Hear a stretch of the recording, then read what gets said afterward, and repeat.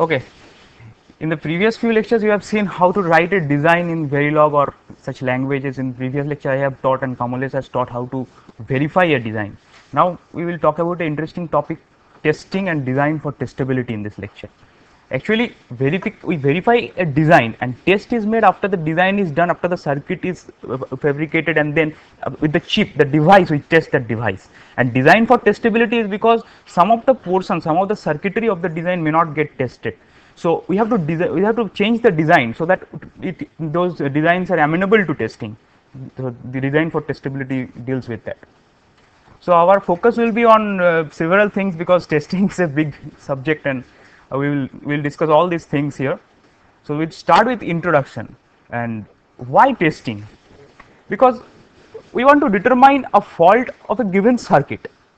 Here no amount of testing can guarantee a circuit is fault free, because there are several number of faults. I mean, nearly it is impossible to test a whole circuit and declare it 100% test, it's free of any fault.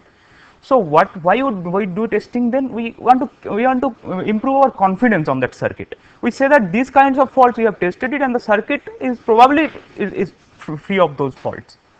But why is verification different from testing? We will show you the difference in the next slide. But verification is an alternative to testing. It is done in much higher level than in testing. After the design is done, we verify, and when the device is done and it will going to the market, then we test each and every manufactured devices. So as we know, the verification consists of two parts: the simulation based and formal methods. And the tests are applied in system level, we can apply in board level, chip level, we can test the interconnections, the logical blocks, the functional blocks, everywhere throughout the design phase, the behavioral phase, the functional phase. We will see this later in detail. So verification and testing, the differences. Actually, verification verifies the correctness of the design, and testing the correctness of manufactured hardware. And the verification, there are simulation, formal verification, these methods. In testing, we have to generate the test, that means we have to drive the inputs accordingly, and this test application will result some output different from in the faulty circuit, different from the actual output, and thereby we test it. And it is prior to manufacturing. Verification is done prior to manufacturing, and testing is done on each manufactured devices. So verification in brief is responsible for the quality of a design, and testing is responsible for the quality of devices. So the issues of testing is at higher levels, testing is very costlier. Testing in a system is much more costlier than testing in a chip. And the other thing is that nowadays each circuit has consist of many inputs. Like a combinational circuit having 50 inputs, we cannot give all the test patterns, that is exponential number of test patterns to them. So we must have some optimized criteria or optimized set of test patterns, and optimized set of faults also that we want to verify. So these are the issues in testing, and test generation of sequential circuit is even more difficult. The reason is we cannot observe and control the flip-flops, because the flip-flops can be any of the intermediate state, and we have to test it. Here comes the design for testability. To test the flip-flops of the sequential circuits, we must design the circuit in such a way that we can set those flip-flops in certain values in some certain states, and then can verify and test it. And functional testing may not be adequate for detection of physical faults. We will see all these things, how we can tackle it. Now first we study some of the real defects in chip. It may be some processing faults involved, like it may miss some contact windows, some parasitic transistors, some oxide breakdown may cause when fabricating. Material defects like cracks, crystal imperfections. Crystal imperfections is common. Actually, crystal impurities are so common. Surface impurities like ion migration can be there in fabrication. There might be some time dependent failure due to electron migration, dielectric breakdown, and maybe packaging failure. Some of the contacts get merged together, and some of the contacts break away with the seal leaks, this kind of failure. So first of all, we try to detect these kinds of faults in a chip, these defects in a chip. Some of the terms are very related to testing. These terms may look similar to all of you, but there are subtle differences like fault, error, and failure. What is a fault? A physical defect within a system. Look at the example. Like a car with a flat tire, this is actually a failure, but the fault is a pink puncture in the tire. The actual defect, the actual where it is the fault where may or may not cause a system failure. You can drive the car safely. It may not cause a system failure, but it may cause. And error is what? The manifestation of fault that results the incorrect behavior of the system. It is caused by fault. So faults implies error. and the failure, deviation of a circuit or system from its specified behavior. There are very subtle difference between these three. If you look at the example, it will be more clear. This ping puncture of a tire is a fault. The error is the erroneous air pressure within the tire, and the failure you cannot drive the car safely. So these three terms we will keep in mind, and we will proceed to look where it happens. And the manifestation of faults there are mainly two kinds of faults we want to address here.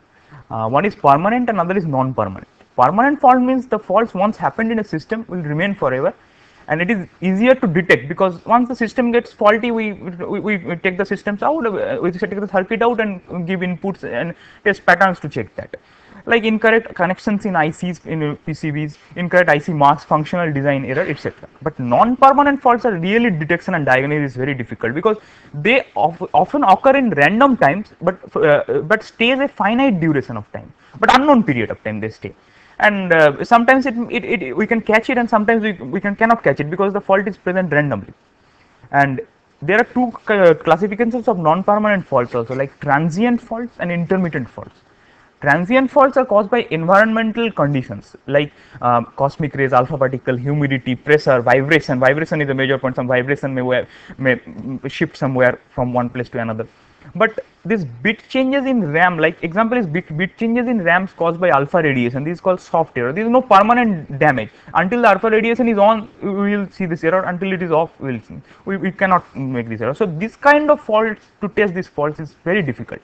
And the intermittent faults are caused by non-environmental conditions like aging of components, loose connection, critical timing, etc.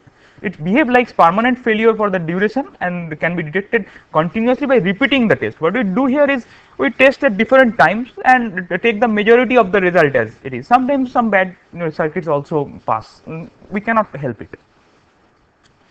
But our goal in this lecture will be to test a permanent fault. And so two of the definitions here we will try to see here. It's fault coverage and defect level. You have introduced with coverage. Here also the fault coverage definition is the same. You are given a set of total number of possible faults. Look, this possible faults, I don't want to mean that all the faults you want to cover. We want those faults which can be modeled. We will discuss fault modeling, where we will see that which are the faults we want to model. These are the number of possible faults, and among them how many we have detected. This ratio is the fault coverage. And the significance of this fault coverage matrix is that to give the test engineer to determine the test quality, to tell him that how much you have covered through your test.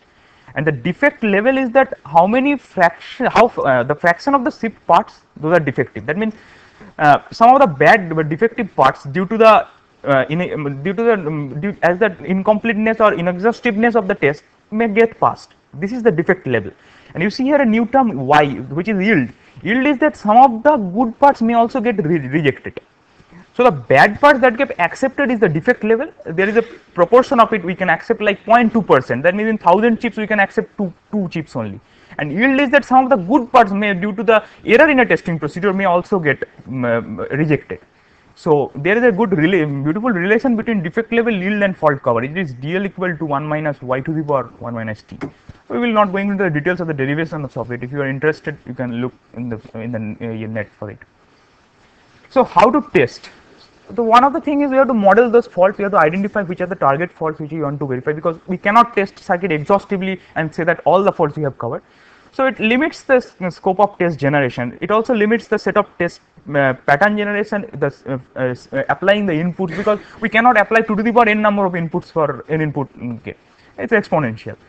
So another thing is that we have to generate the tests either automatically or manually. Automatically, I mean that looking at the fault, we can also generate the inputs in such a way that it will affect the circuit in the output. In the presence of faults, it will give different output, like it will give 0 in the presence of fault. If the circuit is fault free, it will give 1. We will see that. It is called automatic test pattern generation, ATPG. We will see that. We will simulate the fault, simulate the fault means that we will give an input pattern in the presence of fault and then simulate the input pattern to the output and see whether the faulty circuit misbehaves. The testability analysis is a good point, because we will analyze a circuit for the potential problem, in the sense that some of the ports and some of the lines may not be observable. If in some of the lines a fault is present, we cannot, by giving any input pattern, we cannot we are not getting the output different from the actual circuit. So those are not observable, those kinds of faults. And design for testability is actually what I have told, that some of the things that like flip flops, those kinds of things, we must have to modify the circuit in such a way it is amenable to testing. So introduce both area overhead and performance degradation, but you have to do this. So the basic testing principle is this, that we have a circuit under test, we give input patterns and sense the output responses and compare it with the golden responses and check that whether the circuit is good or bad. So fault modeling, how we can model the target fault, which are the faults we want to cover. So actually 5 fault models, because there are possibly innumerable number of faults are there, not possible to consider all of them, it's difficult to analyze. Some of the logical faults models are considered, like a fault model identifies the target for testing. It drastically reduces the number of faults to be handled, which is our goal, and it drastically reduces the number of test patterns also. And exhaustiveness is measurable by experiments. First, look at the levels of abstraction in a circuit. We start writing code at the behavioral level, like VHDL, this description. This is a behavioral level. And beneath that, we come to a functional description where we define an adder, multiplexer, decoder, these kinds of things. Beneath that, there is structural description where the AND or NOT gates comprise this functional, and then the switch level, which is comprised of transistors, these kinds of things. And then a geometric description where we fabricate the layout, the routing, placement comes into mixture. So level of abstraction, actually we abstract more when we go up to the behavioral description, and in the geometric description there is very less abstraction, all the things are present in the layout. So we observe that the fault modeled at the lowest level abstraction will be more accurate, because it will resemble closely the actual physical defects, like missing contact. It will in the behavioral level, sometimes these kind of things we cannot justify this kind of thing by the code. And typically we use the higher level abstraction in the sense that to reduce the complexity, because in the lower level the number of faults that we need to cover will be very high. Like this example will show that at 50 million transistors there will be 500 million possible defects and 5 million gates. So look at the number of gates, how it is drastically reducing. So if we test each of the gates, our testing becomes much easier and we can test it exhaustively then also. So fault models at different levels, like a behavioral fault model, what we want to do is that we check the assignments, whether it is properly assigned, like a low signal value is properly assigned or a high signal value is properly assigned, like conditional failures, this branching is properly taken or not. This is related to the failure modes of the constructs in HDL. And functional fault model, we try to ensure that a given functional block, we look at a functional block like adder, multiplexer, we give inputs and try to see the outputs and check that this multiplexer or adder is properly behaving. With a structural fault model, this is very important area where we model faults. We actually all the faults we are going to model and see in the later discussions are the structural fault model. Actually, when the circuit is given as a netlist of blocks in the structure, what we want to see is that we make sure that the interconnections of the given structures are fault free. Like the interconnection lines are able to carry both 0 and 1 signals. Suppose this can be happen that a line is stuck at 0 all the times, whatever you give the values to that line. So the the gates are assumed as fault free, and we will only test those interconnection lines, those input outputs of these gates. It leads to a stuck at fault model, but I have told that a line may be permanently stuck at 0 or 1. So stuck at fault models is some lines in the circuit are permanently stuck at logic 0 or not, denoted by stuck at 0 and stuck at 1. This is its denotation, or you can denote a line A0 by this A/0, or line A permanently 1 by A/1. Fan out stem and fan out branches are considered as different line. Like a fan out stem is different and 2 fan out branch or 3 fan out branch, all of them are different. There are 2 variants of single stuck at faults you can easily think of here, like single and multiple. This single stuck at fault means at a time we will consider one line stuck at 0 or 1. So if there are k lines present in the circuit, there can be maximum 2k number of faults. But multiple stuck at fault, which is a little bit harder to test, which is if there are k lines, any combinations of the lines may get faulty. Some lines in logic 0, some in logic 1. So the number of faults is 3 to the power k minus 1, because there are 3 combinations for each of the lines, that it may be faulty, it may not be faulty, it may be 0, it may be 1. So 3 to the power k and 1 minus 1, because one combination is there where all lines are correct, which is not our case actually. So 3 to the power k minus 1 number of total faults here possible. So we will consider single stuck at faults. Actually, the experiments have shown us that most of the single stuck at faults, if we consider most of the single stuck at fault, actually consider all the multiple stuck at faults, at least 99% of the multiple stuck at fault. and it's simpler to handle because at a time we are taking that one line is stuck at 0 or 1, we giving inputs to get the outputs differently for that line. It's technology independent too, can be applied to TTL, ECL or CMOS etc., and it's design independent, custom, full gate array, standard cell, full custom, everywhere we can apply it. Like in this example there are 12 lines, A B C D E F G H like to Z, there are 12 lines, and single stacked faults, if we model 2 into 12, each of them can be logic 0 1, and look at the number of multiple stacked faults here, 5 31 4 4 1. So to test all them together it's difficult, but experiments have shown that if we consider these 24 single stacked faults and generate test patterns among them, most of the multiple stacked faults gets we consider these single stacked faults. Now we come to the switch level fault model, where a transistor, actually the netlist of transistor we consider, and each transistor may be stuck open or stuck short. There are two kinds of faults here we model, and most transistor we consider them as ideal switch. Stuck open means that the transistor, whatever be the gate value, the transistor always will show 0 as the output, and stuck short is always the VDD voltage will come at the output. And in the geometrical layout level, there will be bridging fault, PLA fault and memory fault. Bridging fault means two of the lines get connected and there may be bridging and bridging or these kinds of fault. Two of the lines get connected and it's performing like just like an AND gate. Both outputs are getting modified as connection as AND gate. If two lines are 1 and the outputs are 1, if one line is 0, then output is showing as 0. Then bridging or similarly. PLA fault model, the PLA, that circuit level PLA also contain fault. The memory fault model, this is a huge area. I'm not going into the details of it. So the question is that this stacked fault model is our fault model which we want to test, and the reason is the stacked fault model is a structural fault model. It is in between those abstraction levels, so we are not abstracting the actually, if we consider the behavioral formula or function for, we are abstracting a lot of things, so we may miss some faults. So structured fault model is not so much abstraction, but yet experiments has shown that it may also handle this stuck open and stuck short faults by single stacked faults. So from now on, the next discussions here from now on will be based upon these stacked fault models. We'll consider stacked 0 and stacked 1. We want to test them.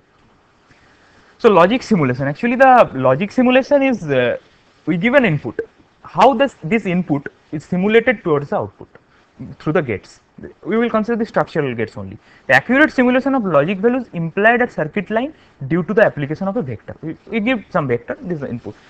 Some of these things are there are two major variants: compile code simulation and event driven simulation. I can remember that Kamalesh has mentioned this compile code and event driven simulation both.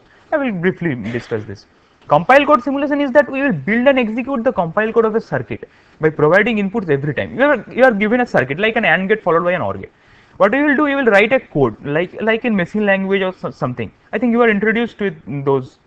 And okay, you are given an AND gate like a code that output is equal to AND of the 3, and then the next OR gate the output or that is like this. These kinds of codes are written. And it is compiled. What you do is you provide inputs. You execute that code, and in the end you get output. So the difficulty is that it is applicable for zero delay. We cannot model delay in that way. So the delays cannot be modeled, and it is efficiently for highly activated circuit, but inefficient for low activity circuit. Low activity circuit I mean is that like a AND gate, some inputs is most of the time some inputs is 0, and the most of the part of the circuit is driven by that AND gate. So what will eventually happen, the other line, if it changes from 0 to 1, it will not affect the circuit.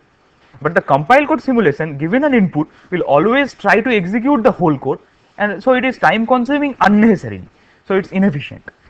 And its high level example C models also can be used. Like in compile code we can code it in system C. So the other way around is event driven simulation, because we can consider this thing as an event. If an event came, like the AND gate, output of an AND gate, if there is an event, we will then we will try to simulate logically. So only gates and models with input events are evaluated. Event means a signal change, just 0 to 1 or 1 to 0. We carry out selective simulation regarding that part, and it can also model delays and efficient for low activity circuits. We will see this by this example. Like first of all, let us think that A is 1, C is 1 and B is 1. So here E is 1, F is 0 because this NOT gate, and G is 1. Now an event occurs at C. Suppose C is changed from 1 to 0. So what we maintain is that a time stack. The time stack is actually indexed by time, and there are two lists actually, scheduled events and activity lists are there. The scheduled events will mention that what events have happened, like c equal to 0 has happened and time t equal to 0, and what is its effect. The activity list will show that which are the lines it is going to affect. Like c is the input of this gate, so e lines will get affected, and input of this gate d lines will get affected, but this will all get affected after 2 time periods, after, because those get delays at 2. The inside of the gate is that's 2 2 4 2 is the gate delays. So in the time stack we move on in time unit 2, we see that d is 1 getting 1 because c is 0, d is getting 1, and as c is 0, a is 1, so e is getting 0. And now we look that g and f are the two get outputs which are now in the activity list. Again we can proceed by 2 time step because g will be activated after 2 time units. So at time step 4 g is activated, and here activity list is null because no event is going to get propagated, and after 4th time step f it gets activated, so f equal to 1, again then g is in the activity list. It is maintaining just like a queue. In the activity list we just write those outputs of the gates that are going to affect, and you can clearly see as the time has been introduced, so it can model the delays within the circuit. So the g behavior is like this. In the 4th time unit it just gets lower, and again in the 8th time unit it comes up. So in this way, event driven. The difference between event driven and compile code, or rather the advantage is that where the event comes, we will only look for those portion of the circuit, not the whole. In compile code, you have to execute the whole part of the circuit, which is time inefficient in terms of time, and the effort is also wasted. Now the fault simulation. So this is about the logic simulation that the circuit is correct. We are assuming and giving an input vector, how the input gets propagated towards the output. So what happens in the presence of fault? So what is fault simulation? Like we have a given circuit, a sequence of test vectors, and a fault model. Fault model means like a stuck fault model in some lines within the code, single stuck fault. So we determine the fault coverage fraction or percentage of model faults detected by those test vectors. Like there are 14 faults that are modeled and 16 number of test vectors. We suppose that 10 of them can detect 9 of those faults. We say that by fault simulating. And set of undetected faults are also pointed. So why fault simulation? It determines the test quality. As you can see, you can say that which faults are covered, which are not, and find undetected fault targets to improve those tests. From these undetected faults, we can generate test patterns in such a way so that this can be corrected, or we can say this it is not corrected. So we have to go for design for testability. Like we have to again modify the design in such a way that those faults can be corrected. We identify the fault location and innovate DFT rules and techniques. So the typical use of fault simulation is like this: select target fault set F. You have some set of faults and generate test for some fault in F. We simulate those faults, remove the detected faults. This loop continues until the F is empty or the test vector set exhausted. So this is typically how the fault simulation is done. Now one of the important terms that will come is fault equivalence. What if the two faults are equivalent? Equivalent in the sense that if Fi and Fj both faults are present in the circuit and both faults lead to the output same, the faulty versions of the circuit are identical. You look at this AND gate, this stuck at 0 here. If the one of the input gets stuck at 0, the output will always be 0. And this input stuck at 0, so this stuck at 0 and this stuck at 0, these two faults are identical, because it will the faulty version. Remember, suppose the fault is present, so the faulty version of the circuit, the output is same. So these two faults are equivalent. Similarly, the output stuck at 0 fault. So these three faults are equivalent. The significance of this fault equivalence is that if we can identify this equivalent set of faults, we will try to generate one set of vectors to remove one fault only among them. So among this set of faults, only one representative fault we want to remove. So if we try to generate some test vector so that this stuck at 0 fault get removed, so this stuck at 0 and this stuck at 0 will always get removed. So this is its significance. So we say that fault Fi and Fj in a circuit are said to be equivalent if the corresponding faulty versions of the circuit are identical. In case of OR, the stuck at 1s are identical. In case of NAND, this thing happens. In case of NOR, this, like NOR. And fan out, there are no such identical fault equivalents. This is called fan out stem, and this is our branches. The another term is called fault dominance. Fault dominance is that if all tests for some fault Fi also detect another fault Fj. Look at this example first, that it will be clear. Like we have a 3 input AND gate. Suppose a stuck at 1 fault in one input of the gate Fi.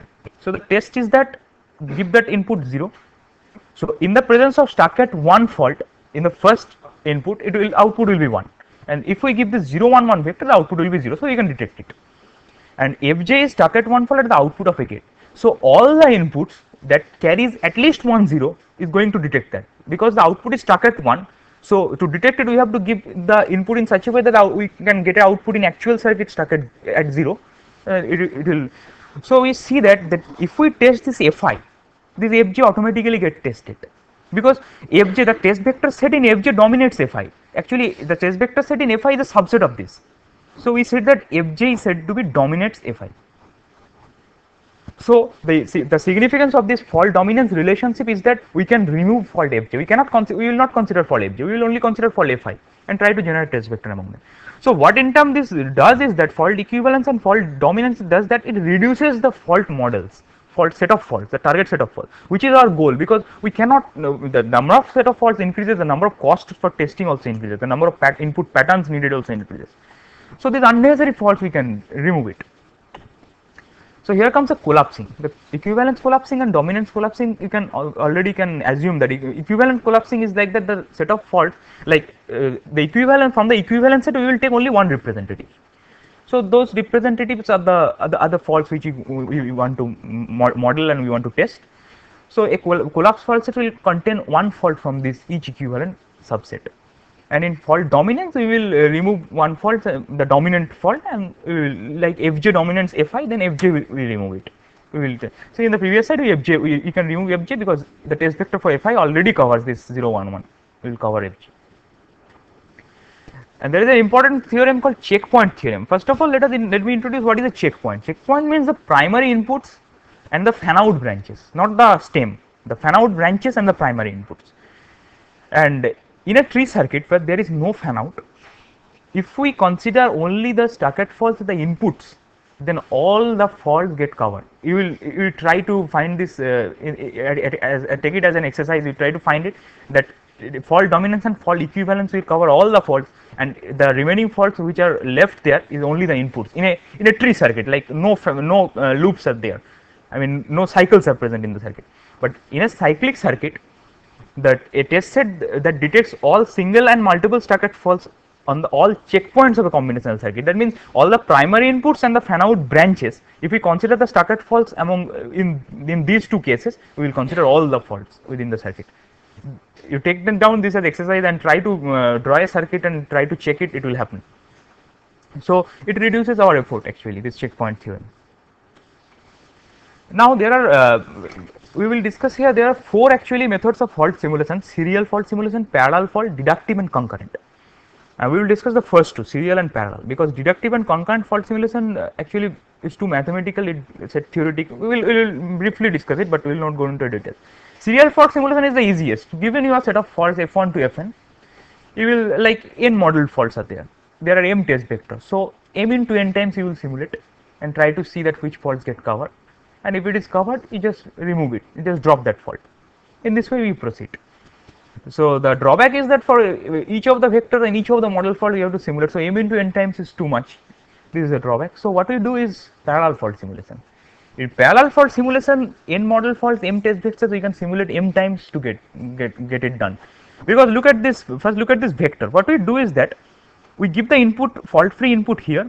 Suppose there are 4 faults to be modeled: C stuck at 0, F stuck at 1, E stuck at 0 and E stuck at 1. So we give 4 bits for them. What we do, if suppose the inputs is 1 1 1 given to us. So first at the input we all the bit vectors are 1. So we propagate it. So at this line C stuck at 0 will be 0, this input pattern. Again we get propagated. In here this ANDing between these two will get the first bit, fault free bit is 1, and the fault C stuck at 0, this is 0, then again 1, and this is 0 because E stuck at 0 fault is also present. So here 0 will get introduced. In this way we propagate and finally see the fault free from the faulty version output and the fault free version output. Which of them are different, we can identify those faults, like C stuck at 0 gets detected and E stuck at 0 gets detected because it is different from the first bit 1, that is fault free. So here we logically simulate also and also simulate the faults altogether. So what it does, it reduces the number of simulation times and simulation effort. But the drawback is that the area over it. We have to consider an n bit vector. Yes. In this one we had detected the two faults, but how can we be sure that is C stuck at 0 and E stuck at 0? Because it could have been the other No, way. here the given, you are given these faults are present. You are given the input vectors also. What you want to do is that you simulate that input vector and check whether that input vector is covering that fault or not. So I think I can understand your question. Your question is that how can we generate input vector so that this fault get corrected? We will come to that.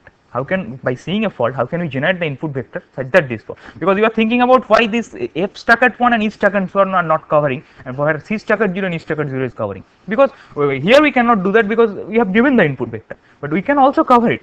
That is ATPG, automatic test pattern generation, to cover those faults. We will come to that. Now I am talking about this deductive fault coverage, and it uses set theoretic rules. It's a mathematical rule which will deduct the from the inputs to the outputs and deduct those, the number of faults those are not covered and those are covered. And the concurrent fault is a event driven approach. You will use the event driven compilation, this approach, simulation approach, to detect. We will not go into details because it needs time and more. Now an important part is testability analysis. This testability means that how much friendly your circuit is. Some of the lines, some of the gate outputs, gate inputs, you cannot handle, you cannot test it, because whichever what be the input vector, it will always produce the same output as the fault free. So we have to identify those kinds of lines, those kinds of gates, and this is the test. This is what the testability is. There are two terms: controllability and observability. Actually, to identify a fault, what we have to do? We have to control the fault by setting the input values. We have to see that whether the fault is getting activated or not. That means if there is a stuck at 0 fault, whether we are getting some input values, whether at that point stuck at, instead of stuck at 0 we are getting a 1. So the circuit can actually identify. And the observability is that the difficulty of observing the internal circuit lines by primary outputs. Like some of the fault in between, if we also activate by the test pattern, it is such way designed so that in the output we are not getting it, because the other gate is connected in such a way that output we are getting the similar results. So why it is required to analyze the difficulty of testing internal circuit parts, and sometimes we have to redesign where the design for testability will come, and to provide guidance for algorithms for computing test patterns.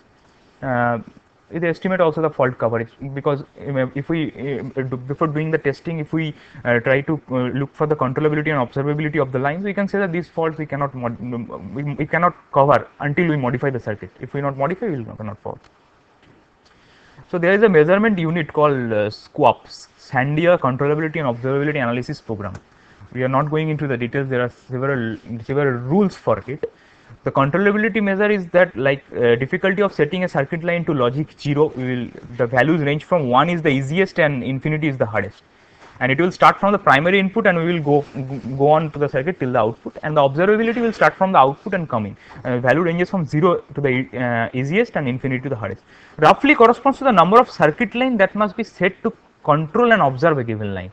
In case of combinational circuit, the number, actually this line will, each line will correspond to a number in this controllability and observability. This number will suggest roughly that how many, in controllability case, how many lines we must have to be set to get the line controllable. In observability case, how many lines to get controlled to get it observed.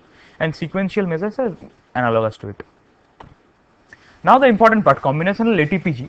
How we can, ATPG stands for automatic test pattern generation. How we, in the combinational circuit, how we can automatically generate the test patterns in such a way that we are given a fault. Looking at the fault, we will generate a test pattern in such a way that the fault get covered. If at all it get covered, if the if controllability observability says that it cannot be covered, we cannot do it until otherwise if we do not modify the circuit. So what is a test pattern? As you all know, the test pattern is the inputs. Actually, we give inputs here. Suppose here is stuck at 1 fault. So 0 is the actual value, 1 is the faulty value. So here we get the output is 0 is in the actual value, 1 is the faulty value. So by giving this input set of patterns, we get the difference between the output in the fault free and faulty circuit. So by this, looking at this, we can see. So our goal is to derive this input set pattern, and it can be also a don't care set of don't care terms also, like 1xx is modeled here to catch the fault. So automatic test pattern generation methods can be like the simpler one is by a truth table. You generate all the 2 to the power n number of inputs, simulate it, and look where the faulty circuit and fault free circuit is not matching. Like if a fault is present here at stuck at 0, you can see that this red ellipse block will this thing that look at the f, and f alpha is the faulty version. It is not coinciding with f. So we can say that this 110 pattern will catch the fault, but it is not efficient in the sense that 2 to the power n inputs we have to generate, and in the worst case if we have to generate all those exponential number of inputs, the testing time is invested. So it considers a single fault, evaluate the truth table for a good circuit and faulty circuit, but it is inefficient. So what do we do? Next, the researcher looks for the Boolean equations. In the Boolean equation is that, like in the faulty circuit, in the previous case, like here in the faulty circuit, what happens if it is stuck at 0? Then f is a and c, a c. This is stuck at 0. So this is the faulty circuit, and the fault free circuit, it is a b or c, a b or ac. Sorry, this is a b or ac. So they perform an exclusive OR operation. The output f XOR fx equal to 1. What does it mean? If it is 1, they are catching the fault. The input patterns will catch the fault, because the output f, if it will 1 when, then f will be 0 and fx will be 1. So we can catch the fault. This is the output f, and this is the output fx in the faulty version. So what they will do, they will try to generate the value of the inputs in such a way that this exclusive OR equation becomes 1. So they will evaluate it, and we will see that a b c bar is 1. We will get this 1 1 0, a1 b1 c0 to detect the fault. So this is a Boolean equation method, but the complexity is high, since it needs to compute the functionality of each function. Each fault present, you have to compute this f alpha, and then you have to exclusively OR and check for 1. So the complexity is high. So this method also do not prevail in the community. So next comes the circuit structure. This is the method which we actually will use. So what we do is that if we have to model, there is a fault model here is stuck at 0 fault here. So there are 3 terms. First, listen to the terms: fault activation, line justification, and fault propagation. Now this look at this example, and we will clarify these terms. Fault activation means you have to activate this fault. By activating, I want to mean that it is stuck at 0 fault. You have to give inputs in such a way that in this line shows a 1. This is activation. So the actual line shows 1, the faulty shows 0. So to activate it comes the line justification part. Line justification is just the previous the input lines of the gate must be set in such a way we get a correct input as 1 here. So a1 b1, set the a b value as 1. This is line justification. And now comes the fault propagation part. Not only here 1 by 0 is your goal. Your goal is to get here also some value which is different in the fault free and faulty circuit. So you have to propagate this here. To propagate this to an OR gate, you have to set this y to 0. This is again a line justification to propagate, because if you set this y to 1, then the output will always be 1 no matter what the value is here. So you have to set this 0. This is line justification. You have to justify the line by 0. To justify it, the inputs must be, this c must be 0 in an AND gate. In this way, by backtracking it and by moving forward, we generate these input patterns and look for the propagated output as a different from the fault free and faulty. So we generate here 1 1 0 this vector. Sometimes it may also be the case you have to change the previous input assignments, because sometimes it may be possible if this is an OR gate. What you will do to get it 0 here, you have to move here to 0.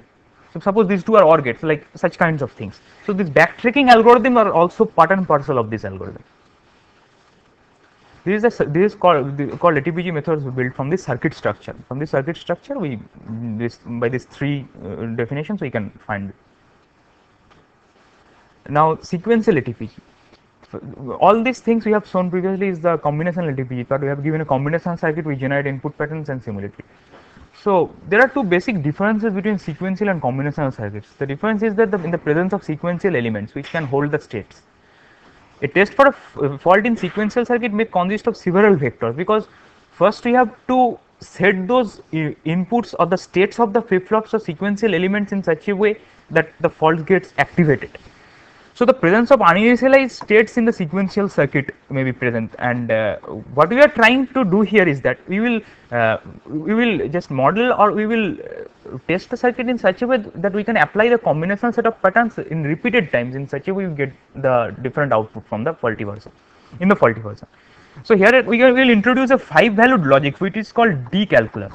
This is introduced by Ruth. A scientist called Ruth. The 5-valued logic is that 0/0 is the 0 is the first one before the slash comes is the correct value. and the next one is the faulty value. So there are 5 value in the sense 0, 1, D, D bar and X. In D the 1 is the correct value, 0 is the faulty value, in D bar 0 is the correct value, 1 is the faulty value, and X is I don't care. And this is actually usually effective for combination circuit, is inefficient for sequential circuit. You also see why.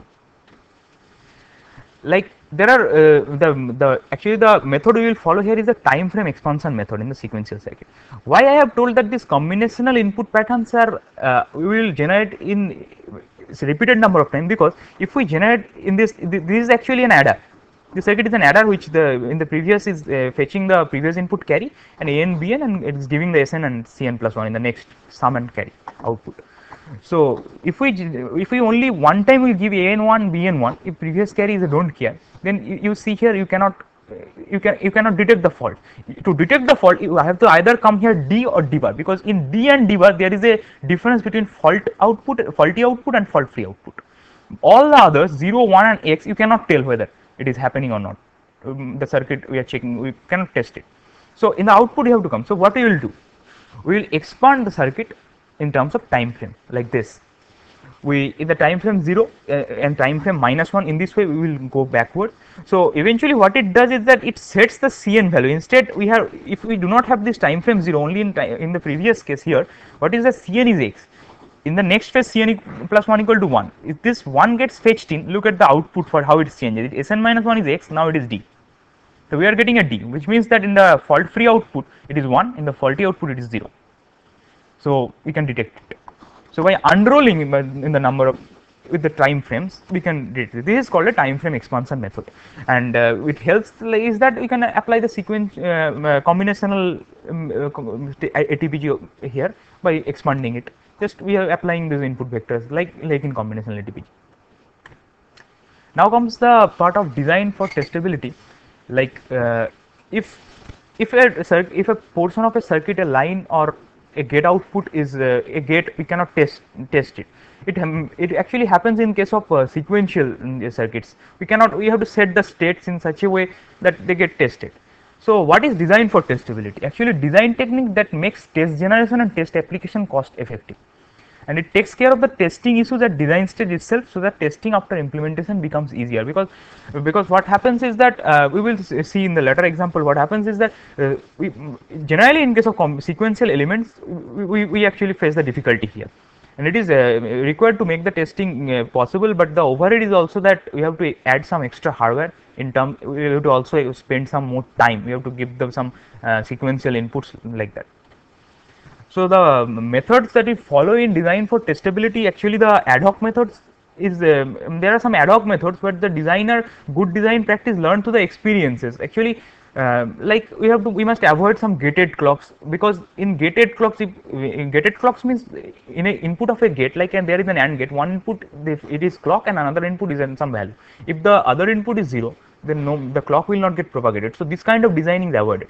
Like avoid redundant gates. Some of the gates may be redundant, like X or X bar Y, this kind of thing. This actually is similar to X or Y. So if we do X or X bar Y, put a NOT gate there, then the output of the NOT gate you cannot test it. Actually these redundant, like you also have to you cannot use those parallel buffers whose delay is avoid those delay dependent logic. You are using a parallel buffer whose delay are different, so you will get difficulty here. So these are the experience of the designer. So it is manual and fault coverage may not be guaranteed, and it's difficult to automate. It needs manual expertise. So this is not actually what we want. We want structure methods where we can automate. Actually structure method helps us to provide a good controllability and observability of internal state variables. How we do that is that we convert the sequential test problem by adding some extra hardware and spending some time. We convert the sequential test generation problem into a combinational one. There are few approaches like scan paths or scan chain method, level sensitive scan design LSSD, random access scan, and few additional methods. We will focus on the scan path or scan chain method here. First look at this sequential circuit. In the sequential circuit, as you all know, is that the next state is a function of the present state and the primary output, and the primary output is a function of primary input and present state. And the question is how you can we can set the states of a flip flops. So the basic problem in scan path design is that the test generation for a sequential circuit is difficult. So make all the flip flops directly controllable and observable from outside. So what do we gain is that if we make those, we can set the states within those flip flops, then the combinational circuit test generation we can use it, because we can also set the states along with the primary inputs.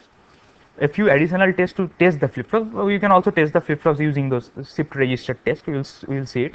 And what do we pay is that to get the controllability and observability of the flip flop from outside, we need extra hardware, and time overhead is also an important issue. So before there are some points how we make a design to a testable design by adding the scan design structure. So first look at this. What we do to a flip flop? We modify a flip flop by a scan flip flop. And what is it? By scan flip flop, what I want to mean is that we can control and observe the flip flop from outside. So what you have to do is that to control and observe it, you have to have a scan data path out input, and there is a multiplexer attached to the flip flop. There is a flip flop plot in the right side, and there is a multiplexer attached, which will tell that if TC equal to 0, your scan data will come in. In this way, by putting TC is equal to 0, this is the control test control pin. By putting the test control pin 0 and giving the scan data, we can set the internal states. Like, look at now this design. All the flip flops are scan flip flops. What we do here, this scan in line and TC equal to 0, we set this flip flop. In the next clock pulse, we set this. In the next, we put it here. Suppose we have to set the internal state value as 100. Then in the three subsequent clock phases, we give the TC equal to 0 and 100 value. It will eventually do this. And then we put the TC equal to 1 here and give our data. The data is the primary input we give there, and simultaneously we trigger it and get the scan output. So actually we add one test control to the primary input, replace the flip flop by scan flip flops by adding a multiplexer before it, connect scan flip flops to form one or more shift register in test mode, add scan in and scan out pins. Here how it looks like before we have a primary input like I1 and a present state S1, which will give primary output O1 and N1. In this way the test proceeds. In the combinational logic, what we do is that we give this present state value from the outside by each of the clock pulse. How it happens is that when the TC is 0, this set of this state 1, suppose it's a 3-bit, it is a 3-bit 3 state variables, 3 flip flops are there. We one by one we set them, and once it is done, all the internal states of the flip flop are set. Then we give the input vector, and the subsequent clock pulse we will get the output as O1. So actually, how many number of clock periods are there? This number. Suppose this number of tests are, if there are NC number of tests, then an NS number of flip flops, then NS plus 1, because NS to fetch the data, NS number of clock phases to fetch the data, plus 1 is the give the inputs and give the clock period for that. So into NC, because NC number of total combinations are present, and the last NS to get the last output scan out. Here after the last operation is done, we get one by one scan out we get here. So what is that? Is that this example will clarify you. Suppose the present state is 0 1, primary input is 0 1 1, the present state is 1 0 0. So the primary output 0 1 in the next state. How does it get modeled? Like, primary input pin first is don't care when TC is 0, because in TC we want to give the scan input. So what you have to give, you have to set this state by 1 0 0. So we are giving 1 in the first clock, then the next clock 0, then the next clock 0. What it eventually happens here, first 1 comes here, then 1 goes there, 0 comes here, then 1 goes to the top flip flop, 0 here, 0 here. In this way, this flip flop, the states of the internal states of the flip flop get set, and then we give the TC equal to 1 and give those inputs and get the output. And similarly, so you can see there the number of clock period, the time gets increased, and the overhead also increased, because due to this, the 4 gate overhead in every flip flop we are introducing, the number of pins also increased. But what it eventually makes that we can apply the combinational test pattern, combinational way we can test it this circuit. And what I am telling about is that before start the testing, we test this flip flop also. Testing a flip flop means that whether the flip flop is triggering all the values, like it is going from 0 to 0 or 1 to 0, like that. So what the pattern we give is that 0 0 1 1 0 0 1 1, this sequence. What it eventually look at the two adjunct bits, 0 0 it gives 0, then 0, then 0 1 is also there, 1 1 is also there, and 1 0 is also there. This is called shift test. First we shift test it, and so the number of flip flop is NS, then the shift test will be this 4 pattern 0 0 1 1. If we give NS plus 4 extra clock period we will need. Yes. You have given us input both the output of combination logic as well as the scanning people scan flip-flops. Yes. Now, how it decided what will be stored in those flip-flops? How it decide actually, what you want to tell is that how it decide that 100 is actually getting stored there. Oh, because we are controlling it from the output here. We are giving this test control pin TC clock is 0. We are giving scan-in equal to first we are giving it 1. So this flip flop is 1. We don't know the upper two flip flops. Then in the next clock pulse we are giving here 0. So the 1 value comes here in the output. It goes here. It is 0. So first flip flop is we don't know. Second flip flop is 1. Then is 0. In subsequent way we set. You are putting as input both also the output of the combination logic. No. No. We are for the input for the scan input. We are not taking this combinational logic input, because look at here. If TC is 0, then only scan data goes in. If TC is 1, then only data goes in. So here what we do is that look at here, TC is 0, so the scan data is going one after another. And TC is 1, and we get the final primary output. So we are at the end of our lecture here. So testing, we can say it as a filter process. By the filter I mean that you can also, the probability of good chips are accepted is also high, the probability of bad chips rejected is also high. But as I have mentioned, the two terms called defect level and yield, like the good chips can also get rejected by there is a failure of testing. Sometimes due to the inexhaustiveness, incompleteness of testing, the good chips can get rejected. This is the yield, and the defect level is that some of the bad chips also get accepted. But here we get the mostly good chips. So we can, the testing is as a filter process. Thank you. Any questions?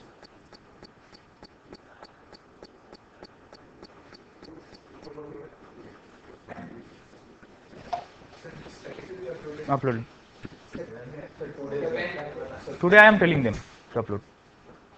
I think the lectures are also getting uploaded. Okay, I am telling them.